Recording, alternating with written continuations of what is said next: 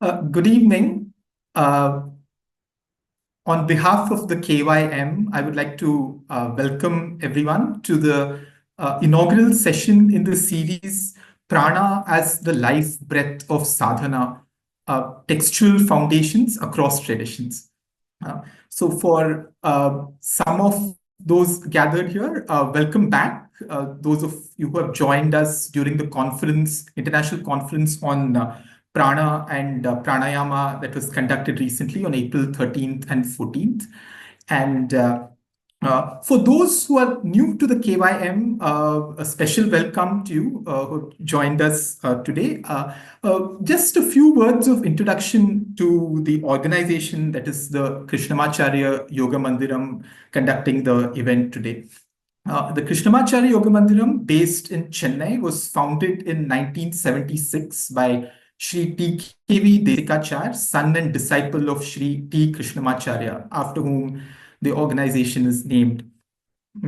And among the major offerings are the Yoga Teachers Training Program, a highly acclaimed postgraduate diploma in yoga teaching. There is also a therapy program where over the years, over 100,000 care seekers with a variety of conditions ranging from the skeletal-muscular, cardiorespiratory, mental health, women's issues, and so on have benefited from KYM therapy. There are also departments of healing chants, a department of research and publications with a record of textual as well as applied research. For those into textual, there is a resource, KYM Yoga Vaisharadi, with searchable text of major yoga texts starting from the Yoga Sutra itself. For more information, we invite you to visit our website, kym.org, and also a number of social media handles.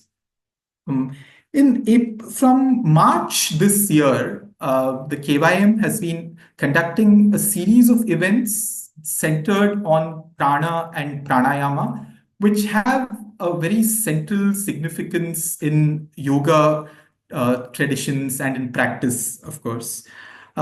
We began in March, where there was a 5-week online guided workshop series conducted by senior teachers of the KYM. And these included guided instruction sessions on pranayama, beginning with relating breaths to movement, varieties of pranayama, advanced techniques including bandhas and so on, pranayama in combination with chanting, mantra, bhavana, along with applications in both traditional ritual settings as well as in therapy. This was a lead-in the run-up to the conference on prana and pranayama, which was held in Chennai on April 13th and 14th. This featured a lineup of speakers, experts from yoga, Ayurveda, Indian knowledge systems, biomedical engineering, and also traditional shastras, starting from prana in the Vedic corpus and dharma shastra and so on. In continuation, we have this the current series, Prana as a life breath of sadhana. I just mentioned about prana in the Vedic corpus and in Dharma Shastra, besides the yoga tradition itself. And we also find that prana is pervasive, be it in Agama, Tantra, and Purana literature, across sampradayas, be it Vaishnava, Shakta, Shaiva, and so on. So accordingly, in this series, we have, as you can see, a galaxy of eminent scholars with an academic specialization in these areas, or scholar practitioners themselves, or both. And The schedule is up. If you have registered, you will be getting notifications for the upcoming talks as well. And it is now my pleasure and honor to introduce our inaugural speaker for today, Dr. Vidyuta K, who will be speaking on prana and its functions according to the Śivasvarodaya. Dr. K. Vidyuta, who has a BSc in mathematics and MA, MPhil, and PhD degrees in Sanskrit, is currently an assistant professor at the Kupuswamy Shastri Research Institute, Chennai. Her MPhil dissertation and her PhD thesis were on texts dealing with Indian temple architecture or Shilpa Shastra. She has presented research papers in many national and international seminars and conferences in different parts of India and abroad, including the 16th World Sanskrit Conference held at Bangkok in June 2015.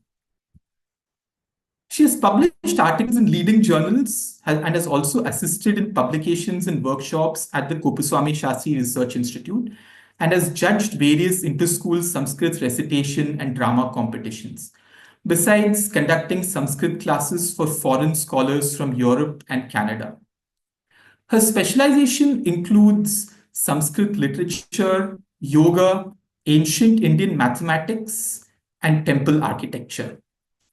She is author of 2 books, Deva Prasada, as in Vishwakarma Vastu Shastra, which is a study on temple architecture by the Karnataka Historical Research Society, Dharwad, in 2017, and Śivasvarodaya, of most relevance to the presentation upcoming, with English translation and notes jointly with the Kupuswamy Shastri Research Institute in Chennai, 2023. Before we invite Dr. Vidyuta, we request participants to stay muted and keep their videos on. We'll be taking questions at the conclusion of the presentation. You may raise your hand for the questions. With that, it's my pleasure to invite Dr. Vidyuta to deliver the inaugural talk in the Prana as a Life Breath of Sadhana series. Good evening to one and all. So, shall I start my presentation? Yes, please. So, at the outset, I would like to thank the KYM for giving me this opportunity, and to Dr. Nagaraj Patori sir, who had suggested me for this conference. So, my topic, I'll be dealing with prana and its functions according to the text Śivasvarodaya. Yoga as a practice to keep good health has gained momentum all over the world. Yogic therapy involving different asanas and other techniques is being put into practice as a remedial measure for many physiological and psychological disorders. While Patanjali, the founder of yoga system or philosophy, has not given much importance to physiological benefit through practice of yoga, later writers belonging to the Hatha Yoga school have dealt with many varieties of asanas, pranayama, and mudras, and their efficacy in the removal of physiological and psychological disorders. The Yoga Yajnavalkya, Goraksha Samhita, Hatha Yoga Pratipika, Shiva Samhita, Hatha Ratnavali, Geranda Samhita, and the Yoga Upanishads, which are 20 in number, deal with various methods of pranayama. Pranayama has been given a prominent position in Hatha Yoga. New techniques have been described in these texts. There are 8 such techniques popularly known as the Ashtakumbhakas, discussed in later texts. The Kumbhaka Paddhati of Raghuvira describes 57 varieties of Kumbhaka Pranayama and their benefits for human beings. While different techniques of breathing have been well illustrated in the text on Hatha Yoga, there arose another science known as Svarodaya, dealing extensively with the flow of prana in the human system. There are quite a few texts on Svarodaya system of yoga, but unfortunately, this branch of study has not gained the popularity it requires. The Śivasvarodaya, Swara Chandrika, Pavana Vijaya, sections of the signs from the Agni Purana, Viveka Martanda are some important texts on the subject. The Śivasvarodaya is a text in the form of a dialogue between Shiva and Parvati. As in the case with many other texts on Yoga Shastra, Yoga and Sakta. In yoga terminology, Swara means the flow of air in one or other nostril. When the flow of air changes from one nostril to the other, it is known as Svarodaya. Usually, the Swara flows in one nostril for 1 hour after its rise in it. The Swara through the left nostril is known as Ida or the moon, and the right nostril as Pingala or the sun. If the Swara is flowing through both the nostrils, it is known as Sushumna or the fire. The Svarodaya Vijnana is a science of prognostication. One can predict one's own health, future, success, and or failure in one's activities and many other useful things that would take place in one's life based on the flow of prana in the nostrils. I will now give the etymology of the term Swara in different texts. The term Swara is used in different branches of arts and science like Vyakarna, Sangeeta, and Jyotisha. In Vedic literature, this word is found for the first time in the Vedic literature, where it is used to denote particular modes of recitation or chanting. Also, the sacred syllable Om is represented by the term Swara. The term Swara generally means sound, noise, voice, tone, a note of musical scale, and so on. This word is also used in the sense of movement or going in the Vedas. I have given an example from the Chandogya Upanishad here. Further, the same text says that Swara means tune, Giti Ritir Swara or Giti Ritir Prāṇā. The Brihadaranyaka Upanishad also says that this tune or Swara itself is the wealth and gold of Samaveda.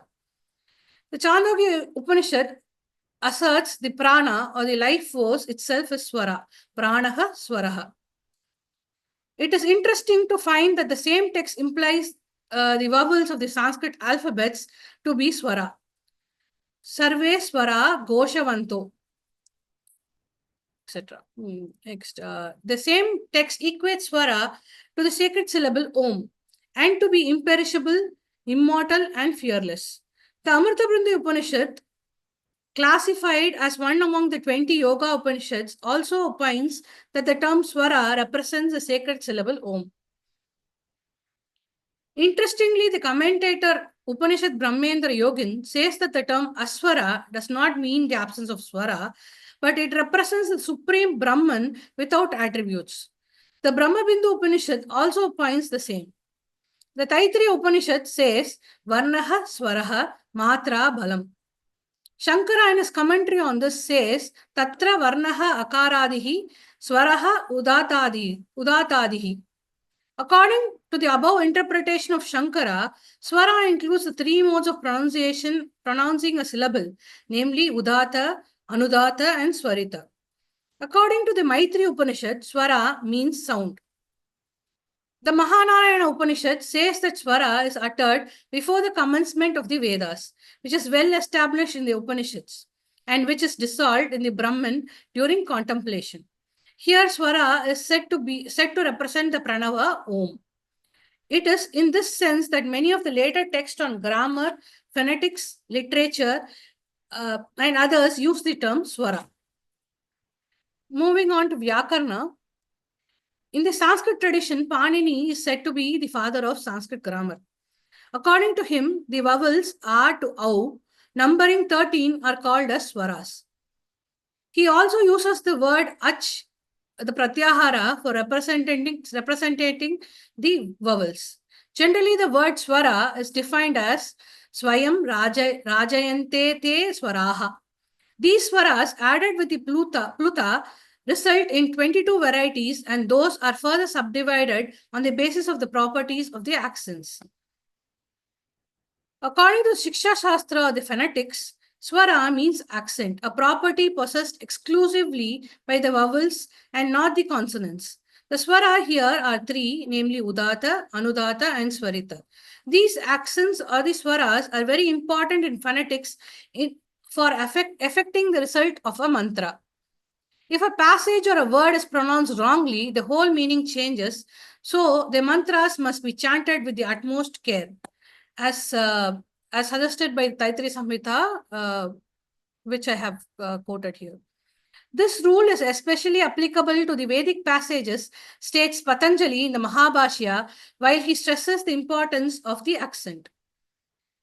The Agni Purana uses the term Svara in the sense of vowels, classified into three categories, as I have mentioned before, and which are further divided into three based on the duration of the pronunciation as Hrasva, Dirgha, and Pluta. It also uses the term Swara in the sense of denoting a musical note. The Vayu Purana, in its chapter 26, while explaining the origin of the Sanskrit alphabets, uses the term Swara to represent the vowels. The Skanda, Narada, and Vishnu Dharmottara Puranas use the term Swara while explaining the concept of pranayama. The Shiva and the Skanda Puranas discuss the prognostication of death through this knowledge of Swara. Perhaps it is here for the first time that we find the reference to the science or art of the prediction of human life through Swara or breathing pattern of an individual.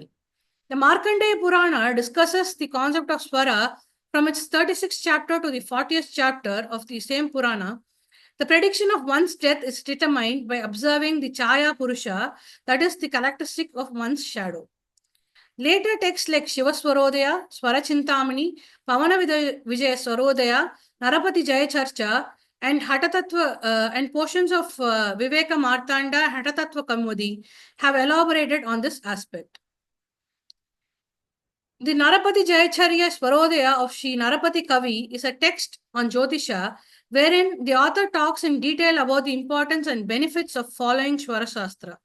He defines Swara as syllables and says that there are 16 Swaras.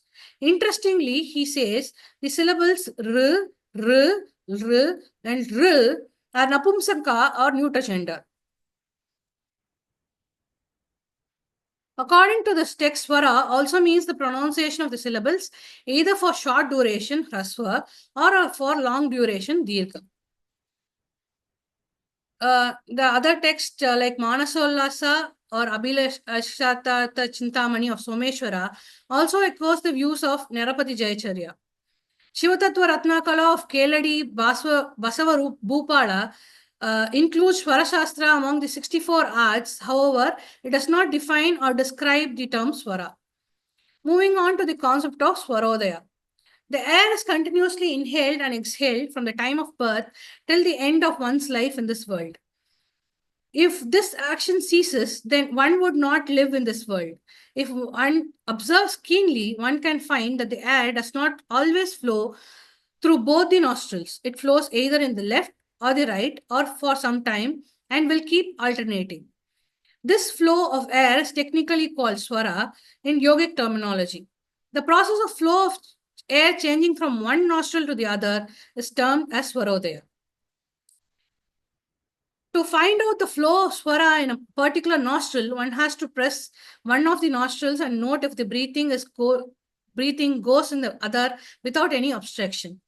If the breathing goes freely in that nostril, it can be understood that Swara is flowing in that nostril. For example, while pressing the left nostril, if breathing is felt without obstruction in the right, then one can understand that the Swara is flowing in the right nostril. The Swara through the left is known as Ida or the moon, through the right is known as Pingala or the sun, and if through both the nostrils, it is known as Sushumna or the fire. These three refer to the three main nadis that extend up to the nostrils. Therefore, the knowledge of various nadis of the body is mandatory to understand this science of Swara.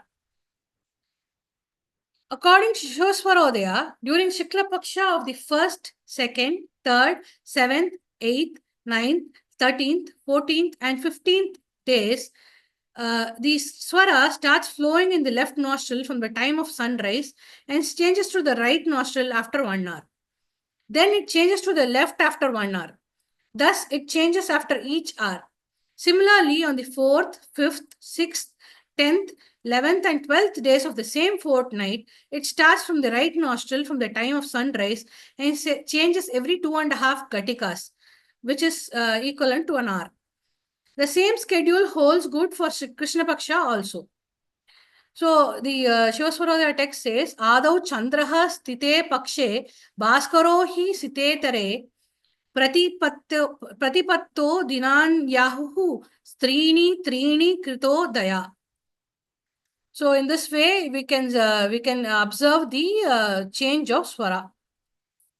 The ancient rishis and siddhas had deep knowledge of the physiological and psychological aspects of human beings. As they lived in a secluded place, most of them did not have access to medicine, and they discovered that breathing of air involving inhalation, which is puraka, retention, that is kumbhaka, and exhalation, rechaka, could be used in different ways for the eradication of several diseases. So they observed the breathing minutely and discovered Swarajnana. However, this method mostly remained a secret and did not become popular like other branches of yoga. An important aspect of this science is that it can be practiced by anyone under all circumstances. One need not practice different techniques of pranayama as described in the text on Hatha Yoga. Further, this science also helps one to get relief from physical and mental stress.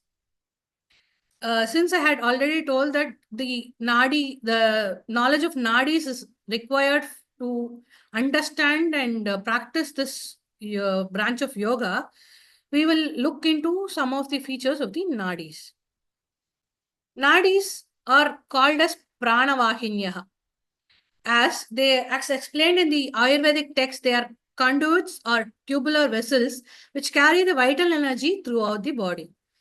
Apart from blood, tissues, and air, they also transmit the knowledge and energy throughout the body. As the nadi carries the vital air throughout the body, the text on yoga states that it plays an important role in one's physical well-being. If there is any obstruction in the nadis, then the vital air cannot pass through it, and this in turn affects the steadiness of the mind. The Hatha Yoga Pratipika of Swatmarama, the most popular text on Hatha Yoga, confirms this. Malakulashu nadishu maruto naiva madhyagaha katam syat unmani bhavaha karya siddhihi katam bhavet. There are three different opinions regarding the origin of the nadis. According to Brihadaranyaka Upanishad, Chandogya Upanishad, and Katha Upanishad, they say that the nadis have originated from the heart. According to Advaya Taraka and Mandala Brahmana and Yogashika Upanishad, the nadis are originating from the Mooladhara. The Shurika Upanishad, Shurika, Darshana, Dhyana Bindu, Yoga Chudamani, Varaha, and Chandilya Upanishads say that that it arises from the Kanda. Kanda is said to be near the navel region.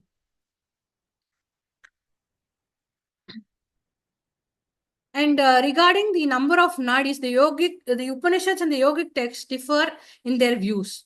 The Chandogya Upanishads say that there are 101 nadis in our body that originate from the heart. Among the later texts, Shiva Samhita says that there are 350,000 nadis, while other texts like the Yoga Yajnavalkya, Hatha Yoga Pradipika, the Goraksha Samhita, Hatha Ratnavali opine that there are 72,000 nadis inside the body. But according to Śivasvarodaya, the nadis originate like the sprout from the kanda situated in the navel, and they are 72,000 in number. Nabhistanaga kandordvam ankura iva nirgataha dvi sahasrani deha madhye vyavastitaha. All the yogic texts opine that among these nadis, the Sushumna, Ida, and Pingala are the three important nadis, and among the three, Sushumna is acclaimed as the most important, for it is said to lead one in the path of liberation. In general, the three principal nadis, Ida, Pingala, and Sushumna, are equated to rivers Ganga, Yamuna, and Saraswati, respectively. Hatha Yoga Pradipika says, Ida Bhagavati Ganga, Pingala Yamuna Nadi. while Hataratnavali reiterates the same while adding the information that Sushumna is Saraswati. Saraswati Sushumnokta. Further, Yoga Yajnavalkya and Śivasvarodaya say that Ida and Pingala are the moon and the sun nadis, but the latter meaning this Śivasvarodaya, adds that the Sushumna in the form of Shambhu and Shambhu in the form of Shambhu is in the form of Hamsa. This is a very unique representation given only in this text of Śivasvarodaya. Idayam tu stitas chandraha, Pingalayam cha bhaskaraha, Sushumna Shambhurupena, Shambhur Hamsa Swarupataha. It is common for texts like Goraksha Samhita, Shiva Samhita, and Dhyana Bindu to describe ajapa practice, which involves exhalation and inhalation, representing syllables Ha and Sa. This is also known as Hamsa Mantra Pranayama or Ajapa Mantra.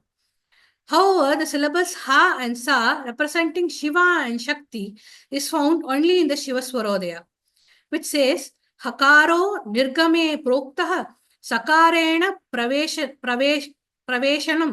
Hakaraha Shiva Rupena Sakaraha Shakti Rupascha Shakti Ruchyate.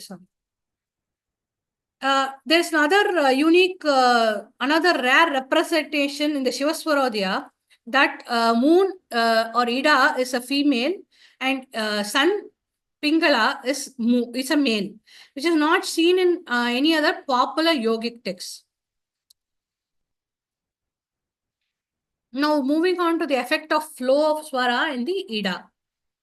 Śivasvarodaya gives a long list of auspicious acts which, if performed while the Swara is flowing in the left nostril, would yield success. For example, any long and hard work, collection of ornaments, long journey, construction of house, ashrama, tank, well, etc., consecration of a deity, performance of marriage, purchase of house, clothing, food, grains, preparation of medicines, performance of rituals, interview with one's boss, entering a new house, agriculture, etc. In short, Śivasvarodaya concludes that flow of Ida is favorable for all auspicious acts and all endeavors gets accomplished. Sarva karyani siddhyanti dvaratri gatanyapi sarveshu subhakaryeshu chandracharaha prashasyate. According to Śivasvarodaya, works involving hard labor should be performed while the Swara is flowing in the right nostril or the Pingala. For example, studying or teaching difficult texts or sciences dealing with destructive activities, corrupt practices, drinking, practicing mantra for vigor and courage, destroying countries or enemies, hunting, breaking bricks, wood, stone or jewel, gambling, theft, seeing a king, etc., may be performed while the Swara is flowing in Pingala. In short, all the destructive or difficult activities and works involving movements and labor should be successful if performed while the air is flowing in the Pingala. Śivasvarodaya says, Prūrāṇi sarva karmāni charāni vividāni cha tāni siddhyanti suryena natra karya vicharana. When the air is flowing in both the nostril, that is the Sushumna, neither auspicious or difficult works should be performed, for they would not bear fruit. Ubayoreva sancharam vishavattamam vidurbudaha na kuryat krura saumyani tatsarvam vipalam bhavet. One should only practice meditation, concentration, or contemplation on God during this period. It is interesting to note that the Hatha Yoga Pratipika says that when the air is flowing in Sushumna, the mind is steady, and this state is known as Manonmani or Unmani. Marute Madhya Sanchare Manastairyam Prajayate Yo Manaha Stiti Sustiri Bhavaha Saivavastha Manonmani. The Śivasvarodaya also uses The following terms denote the Sushumna Nadi, like Rikta or Shunya, Purna or Purna Nadi, Vishama or Sandhi, and Sandhi or the state of Sandhya, which is very unique and and it is seen only in this text. Moving on to the elements. When Shiva starts telling Parvati about this Shastra, he says that it is very important to know the elements also, along with knowing the knowledge of the nadis. Śivasvarodaya also deals with the 5 elements, namely earth, water, fire, air, and space, color, and the taste of each element, measurement of the Svara, location of the elements in human body, duration of each element in the human body, duration of each element in the Svara, and other useful details are given here. Lord Shiva tells goddess Parvati that this universe originated from the elements. It evolves by the elements and it dissolves in the elements. This universe is constituted by the elements. The text further says that one should contemplate on the elements when the self is steady and never when it is not. By this, he would obtain or accomplish whatever is desired by him, gain benefits and victory. When the air flows in the nadis, first flows the air element, second the fire, third the earth, and fourth the water. In the duration of 2.5 katikas, the 5 elements rise in each nadi in this order. Pratamam vahate vayuhu dvitiyam cha tatanalaha. Tritiyam vahate bhumischa chaturtam varune vahet. Here the space element is not given, but that doesn't mean that the space element is not mentioned anywhere in this text. So by closely observing, so it is said that this actually means that during Shukla Paksha, as I had mentioned earlier, in the first hour, the air will start flowing through the moon or the Ida. And first, the air, fire, earth, water, and space elements will flow through this nadi for 12 minutes each.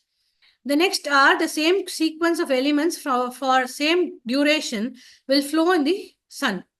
In this way, the elements will flow the sequence every hour. During Krishna Paksha, the same sequence will start with the Pingala Nadi. So by closely observing the flow of Swara, one can identify the reign of the element at any particular time and the effects can be predicted as mentioned in the Śivasvarodaya. This will enable one to achieve success in his endeavor in various fields of activities through the application of this science without the assistance from any external agency. The location of the tattvas or the elements is given in the Śivasvarodaya as the fire resides in both the shoulders, the air at the root of the navel, the earth in the knees, water at the feet, and space in the head. This is different from the location that is given in the popular yogic and agamic texts. I have tabulated the information. I have given all the information regarding the elements, like the color, shape, the length of the elements in this in the swara, the bija that they take, and the benefits.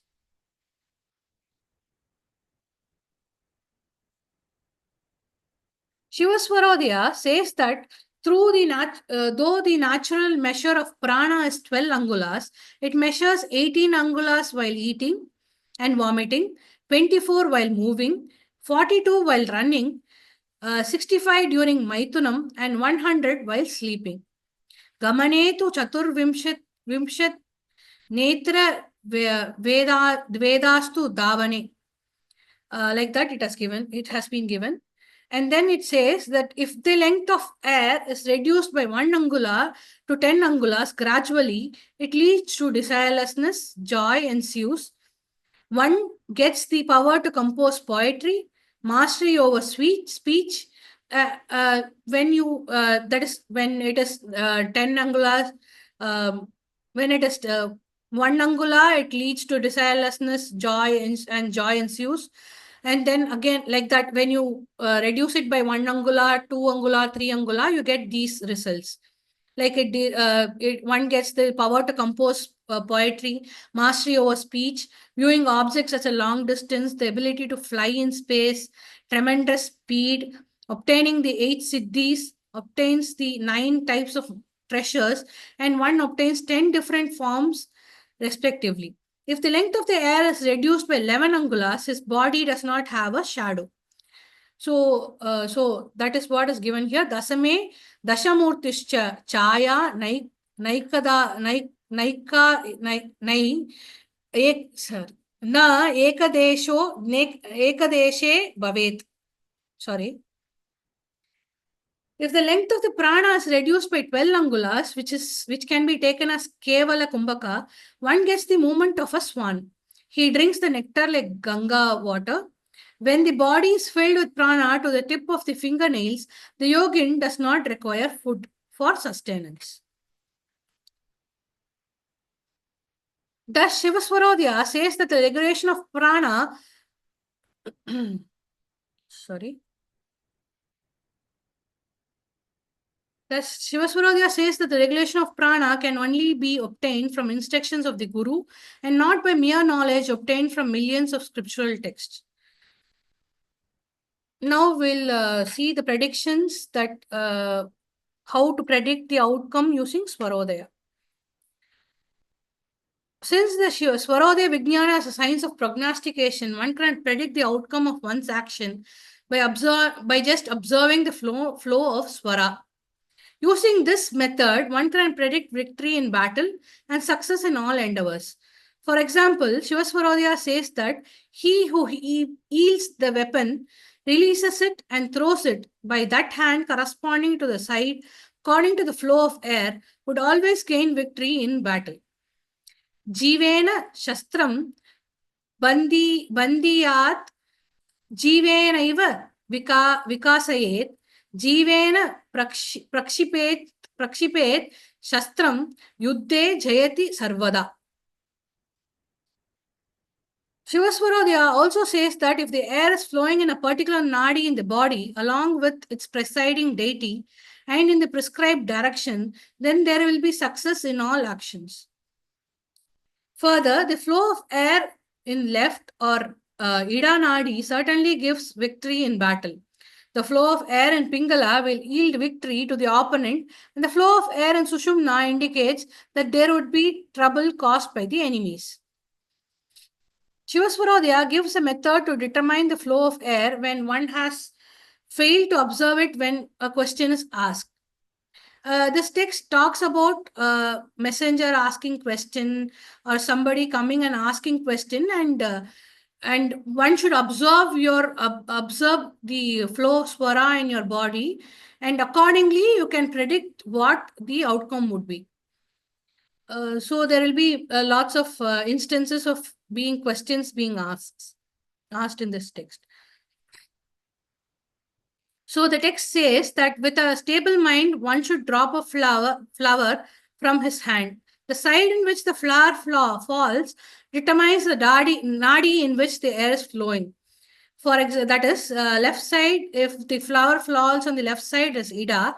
If it is right side, it's Pingala. Otherwise, the flow is in the Sushumna. The knower of Svara and the elements can foretell the results for the whole year by observing the difference in Swaras during the transit of Sun to the Mesha Rasi. Mesha Shankranti Velayam Swarabedam Vicharayet Samvatsara Spalam Bruyat Lokanam Tattva Chintakaha. The text also says that one can predict the prosperity, national growth, bountiful yield, and sufficient rainfall by just observing the elements in the Svara during Sun's transit to Aries. For example, while the earth and water elements present in the Svara is favorable, the dominance of fire and space elements in the Svara during the Shankranti is a sign of famine, adversity, and seasonal calamities. Further, when the flow is irregular or in Sushumna, and the fire or space element is rising, then one should start accumulating materials which will become priceless or will have enormous value in 2 months. But if the flow is in the sun and ends with the flow in the moon, and either space, air, or fire element is dominant, then there will be terrible happenings in this world. Here you can see the use of the term Vishama for Sushumna.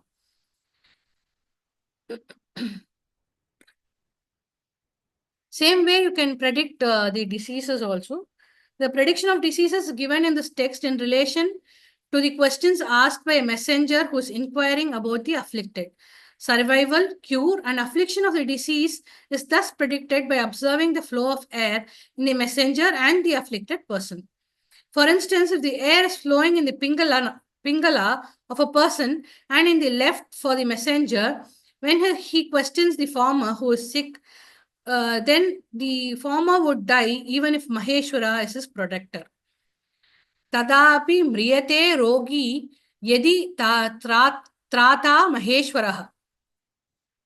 Further, if one element is in adverse position, then there will be increase of disease in a man. If two elements are adverse, then there will be danger from relations and friends. And if this happens in 2 fortnights, then the person will die. It is said that by observing one Svara for a month or a fortnight or a year sequentially, one can calculate the period of his death. The Śivasvarodaya in the verses from 331 to 334 records that if the air flows in the same nadi throughout a day and a night in a person, then he would die after 3 years. If the air flows in Pingala consecutively for 2 days, 2 nights, then he would die in 2 years. If it flows in the same nostril for 3 consecutive nights, then he would die in a year. But if it flows in the moon during night and sun during the day, it should be understood that he will die within 6 months. According to the learned, a person who sees the reflection of the sun in the water partially and not with all its characteristics in south, then he will die in 6 months. 3 months if he sees it in the west, 2 months if it is in the north, and 1 month if it is in the east. If he sees the sun with a hole in the middle, then his lifespan is 10 days, and if he sees it covered by smoke, he will die on the same day. Similarly, based on different scenarios of seeing things, the lifespan of a person is determined. For instance, the one who does not see even one of the following clearly, or for a moment, like his tongue, sky, Dhruva, which is the pole star, feet of the Devas, the abode of Matrikas, Arundhati, moon, and Shukra will definitely enter the abode of death after a year. In this sloka, by the word Arundhati, tongue is meant. Dhruva refers to the tip of the nose, and the eyebrows represent the Vishnu's feet, and the stars stand for the Matrimandala. Arundhati bhaved jigva dhruvo nasagrahe evacha bruvau Vishnupadam jneyam tarakam Matrimandalam. Here the Matrimandala can be taken as the place constellation.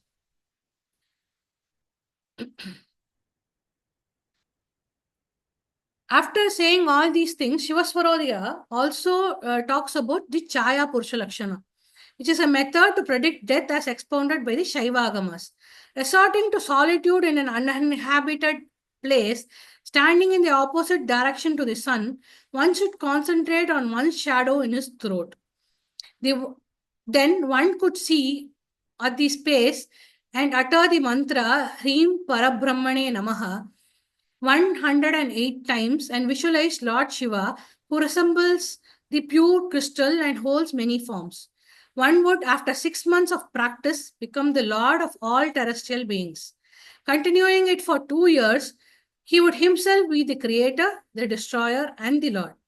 By practicing this incessantly, one obtains the knowledge of the past, present, and future and attains supreme bliss. There is nothing impossible for him. The Chaya Purusha Lakshana doesn't involve more of prana, so I haven't elaborated on this in this paper. According to Ayurveda, there are 7 dhatus or humors in this body, namely rasa, rakta, meda, mamsa, asti, majja, and shukra. The defects and impurities in these humors destroy the body. But the air keeps the body in balance and increases strength and vigor. For the purification of the body, these 3 should be known by the yogins, namely Puraka, inhalation, Kumbhaka, retention, and Rechaka, exhalation, as these 3 constitute a pranayama. Puraka increases and nourishes the dhatus. In Kumbhaka, one should then retain air, which increases the lifespan. Rechaka removes all the demerits. Therefore, one should practice yoga.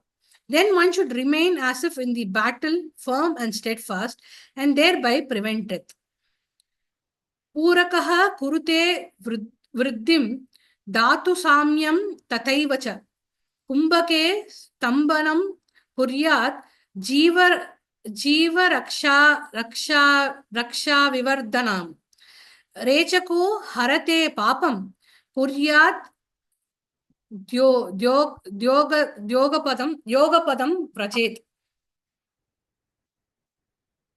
To conclude, and the following, we should also know that the following 8 aspects would serve as a guide in mastering this science, which involves careful observation of the flow of swaras, which are the knowledge of the elements, the sandhi or the junction of the breathing, sign of swaras, location of the swaras, color of the swaras, the prana, taste of the elements, and the movement of the swara.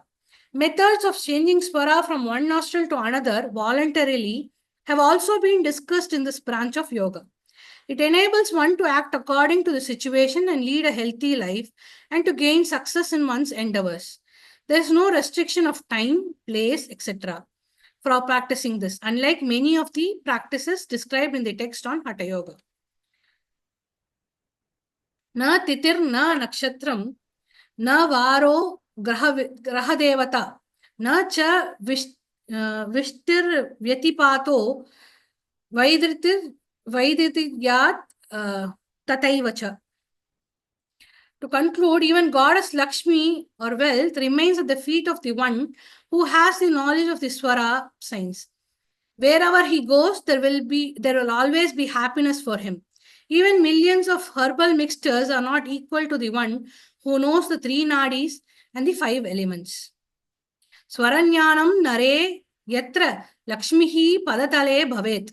Sarvatra sa sharire api sukam tasya sada bhavet.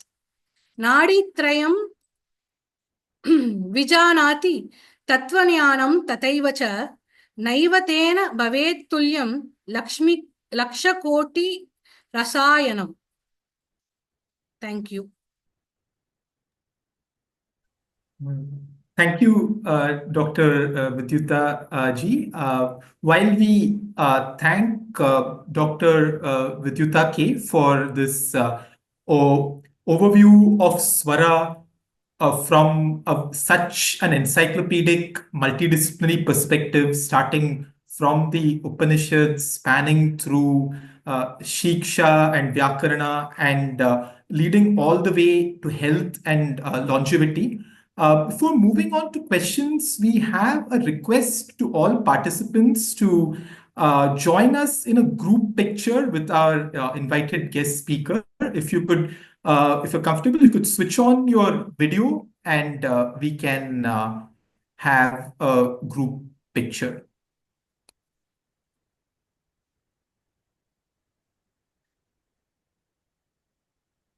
So, KYM hosting team, Shilekha, could you let us know once the picture is taken? Yes, I'm just waiting for the participants to keep their videos on.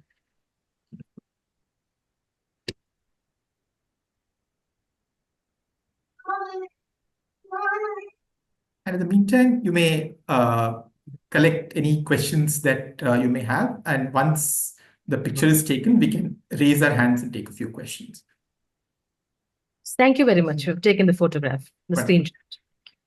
So please use the hand raise symbol if you have questions, or you also have the option of typing your question in the chat box. Once we call upon you, you may unmute and ask your question.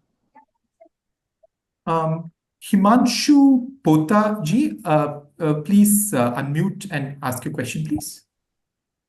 Well, thank you very much. It was a very, very informative and useful lecture. I've got a very difficult question for you. Not easy, very difficult one. Now, you gave so many swar, the application or practice. Now, all of them can be verified, right? It can be experimentally verified. I mean, nothing is hidden there. They are very physical. Now, how many of them have been physically verified? That's a nice question, sir. I have, as to my knowledge, I have tried this Svara just for headaches, nose blogs, and those things. But I don't have any idea about how much have been verified. But according to lots of text and the feedback that I have been getting on this text, it is seen that it has been used in those times, and along with all the other techniques of yoga, this also has been used. It has been widely used in ancient times. I don't know now how much has been used. And I understand, madam, but the thing is, you said headache, and then your last ones were such big claims. yes, Now, sir. people like me would lose interest when you start talking about such big things. You restrict yourself to simple things. But these have been practiced in those days, sir. It's also been practiced now. But at present, I don't know any person who is practicing it, or I have no knowledge of that. Maybe I can ask my seniors and people, and I can get back to you on this question. Please, that's very important, for credibility. It's not and actually. They can be verified. Yeah. Yes, sir. I can understand. Yeah. Thank you very much. I am still a novice at this subject, so that's all right. Yes. We are much more novice than you are. Yes. So we have to seek guidance from you. So all this knowledge and all this knowledge about yoga and all, I have learned from my guru, Dr. K.S. Balasubramaniam, sir. So it will be nice to have some data. Sure, sir. Sure, sir. Thank you. Yogacharya, Dr. B. Soundram, could you please unmute and ask your question, please? We'll have Akshata DCG next. Dr. Soundram, please. Can you hear me? Yes, sir. Good evening, all. When you were explaining, you were saying that the length of the breath will be measured 12 inches. If we can make the length as 0, then we will become like Ishvara. Am I right? Yes, sir. Yes, sir. Yeah. Okay. It's really, I have been practicing yoga since the age of 14. Now I am 66, and I am doing pranayama. To a certain extent, we can accept things, but we cannot accept everything, because when you keep your left. When you are sleeping, if you keep your left, you can very well see the flow of breath is very, very clearly going without any obstruction. Even if there is any obstruction, it will change. Natural obstructions will be there. And breathing through both the nostrils also may be possible, but I have not really observed it, whether it is going equally through the 2 nostrils. If you lie on your right side, then the flow will be through the left. These things are there. We can very well see. But connecting the length of the shadow with the flow of the breath, I don't know there is any scientific research. They have not made any scientific research, and there is no base. If there is anything, you please tell me. Sure, sir. Sure, sir. I'll just research into it and get back to you, sir. Oh, okay, thank you. Thank you, sir. Namaste, ma'am. This is Akshata. Thank you for the session. I have a very basic question. So, what is the difference between the pranayama and the Svara yoga, what you were explaining now? And can you practically show me what is it actually? I mean, I found similarities between pranayama and this one. So, what is that which brings difference in both? And There's the no difference, ma'am. Basically, there's no difference between pranayama and swara. It is pranayama in Swara yoga is called as Svarodaya. It's just this is a science where you use pranayama technique to predict the future. So it is more like a what to say? As I said, it's a method used to predict the future and outcomes. That's it, ma'am. Okay, pranayama as a technique is used for these things. Yeah, correct. But you said you use it for headache and also you were referring to pranayama itself. No, this technique of how to change the swara from one nostril to other. When you can do that, you can you can feel the difference. Is it like Nadi Shuddhi, you say? No, there's a difference. Nadi Shuddhi is a basic thing for this also. Without Nadi Shuddhi, none of these techniques, pranayama techniques can be done. So, to understand, you have a time limit for changing from one nostril to other, something like that? Yeah. For more reference, please buy the book Śivasvarodaya, which has been published by the Kuppuswamy Sastra Research Institute. And you can learn. It has all these details. It has all these details. Yeah, right? it has all the details. Okay, thank you so We much. have a few more questions. Can we take a few more with our speaker's permission? Yes, sir. Sure, sir. Participant TSM, could you please unmute and ask your question, please? Namaste to everybody. Very interesting, very nice talk, and I was pretty impressed by the large landscape of quotations being brought up by the speaker, and of course, following up on Dr. Himanshu Pota's question, I just wanted to know if this book is pretty popular amongst organizations like SVIASA or other research groups who are also putting into practice various pranayama techniques, and has there been studies which bring out insights into the effectiveness of this, or is this a very unknown book which is being brought to light now? It's a very unknown book, sir. So it hasn't been brought to light. As I had mentioned earlier, this is a very unpopularized branch of yoga, we are trying to bring it out academically as far as possible. Practically, I am still a novice. Okay, so Śivasvarodaya is not much known, but has been. There have been many translations of it, but they have been it wasn't very informative, so we translated it in our institute. So. Wonderful, wonderful. Thank you. Thank you. Ms. Christopher Fernandez G probably had a question. Could you please unmute and ask, please? Yeah. Good evening, everyone, and good evening, ma'am. It was a brilliant program which you have given. Thank you very much. You have put in a lot of effort.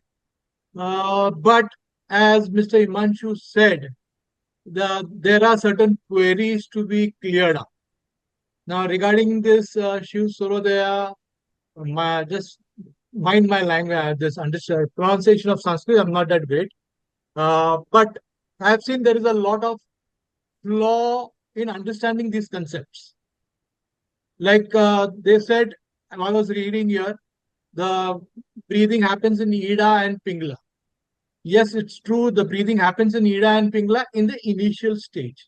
When you actually start the work of pranayama, then the breathing remains in Sushma Nadi 24/7. Whether you are in the middle of your night, you get up and you check, it is both the nostril, and you're going for any activity, either eating food or anything, it is always 24/7, provided you have done the basic work of doing the prana work. Now in prana also, understanding is very, very weird. What's happening is pra is constant, an means movement. It's a constant movement, but people have said as internal energy and God knows what not. But then this constant movement can say as perpetual movement or perpetual energy. So prana is supposed to be perpetual energy. As Shankaracharya said, you cannot define prana. The moment you define prana, it is gone. It is not prana.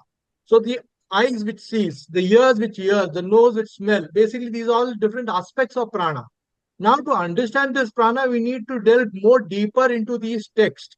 As Mr. Himanshu said, very true, we need a lot of research work on this particular concept. Now, what's happened is there is a lot of, misguided methodology of understanding the text. Like today, if you ask anybody who's practicing yoga, what is yoga? Yoga, they say, is joining.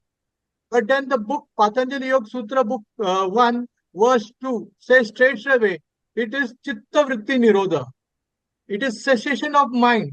Now, when you say mind, cessation of mind is basically memories, impression, not of buddhi, not of ahankara, and not of manas.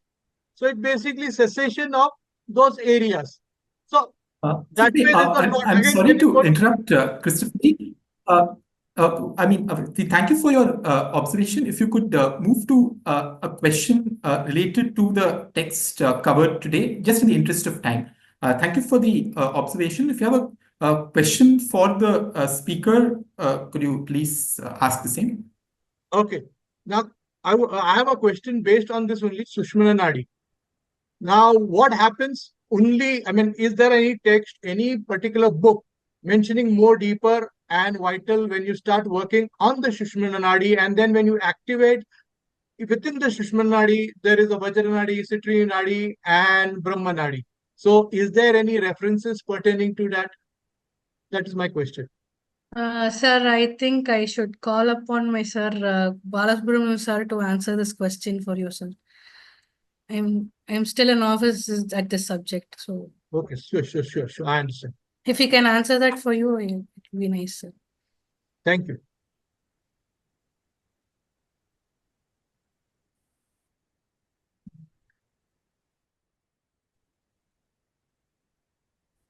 Professor, we are free to, else we can move to the next question. I think you would need to unmute yourself. I don't know these things. Okay. So, good evening. Regarding this science of Svarodaya, I have myself tried many of these techniques used in these texts, as well as there are some Tamil texts also which describe Svarodaya by Avayar and other Siddhas. They have been very highly effective, especially when you have headache, migraine, or any other breathing problem and all that.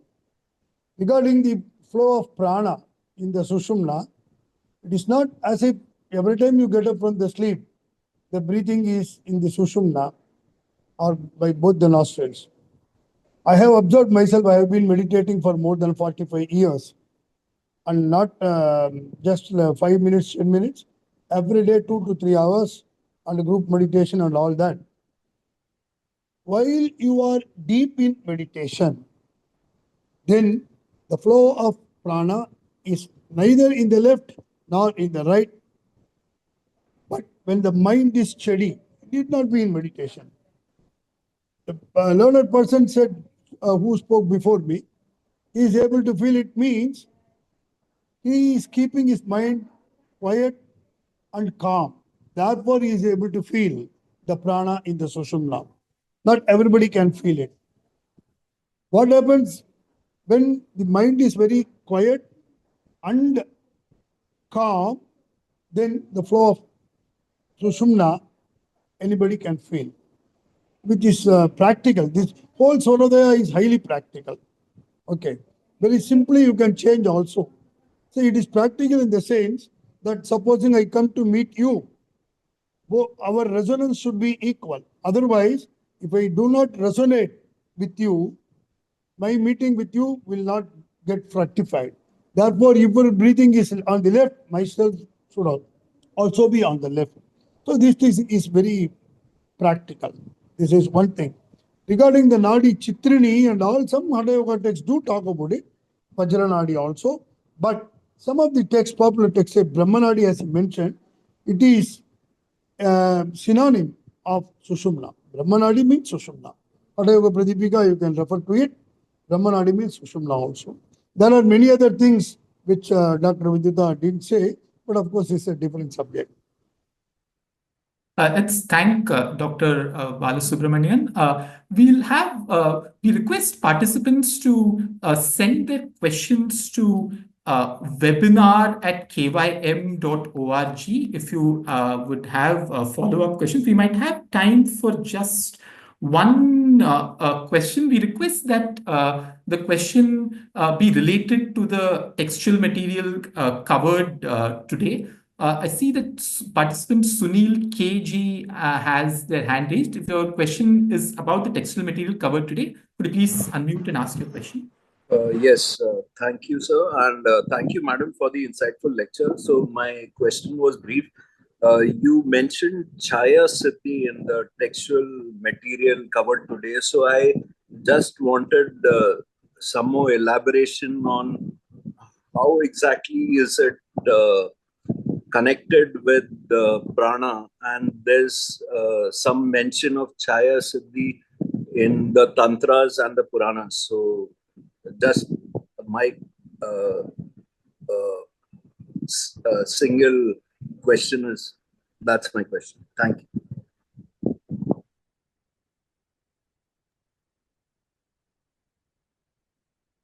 You seem to be muted, Dr. Gitaji. Yeah, sir, as I had mentioned, Chaya Posha Lakshana doesn't, I think you have mistaken it for something else. This Chaya Posha Lakshana is the observance of shadow to predict your death, or since it comes under prediction, it has been given in Śivasvarodaya. Otherwise, it doesn't have any connection greatly with prana.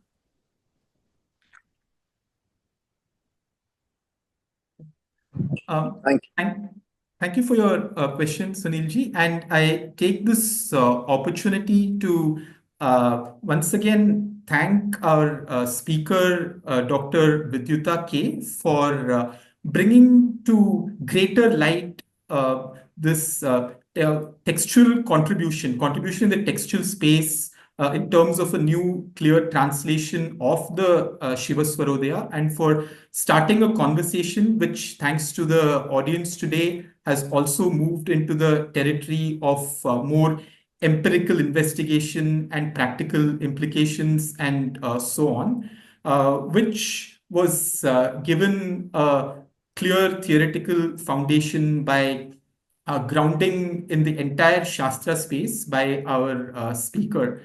So thanks once again to our speaker today for inaugurating this series on textual foundations of prana as the life breath of sadhana across disciplines, across sampradayas. And thanks also to the audience for the lively conversation that followed. We request you to join us for the next next lecture in the series tomorrow. That is Saturday, 26th April 2025. This will be at 5 p.m. tomorrow, also online. The speaker will be Shri K. Giridhara Sharma, who will be speaking on another sampradaya, this time with a Shakta emphasis. And that talk is titled Prāṇā Shakti Upasaka Jiva Shakti. So with gratitude to our speaker and to all those assembled here, on behalf of the Krishnamacharya Yoga Mandiram, wish you a very good night, and we hope to see you tomorrow and for the rest of the talks in the series as well.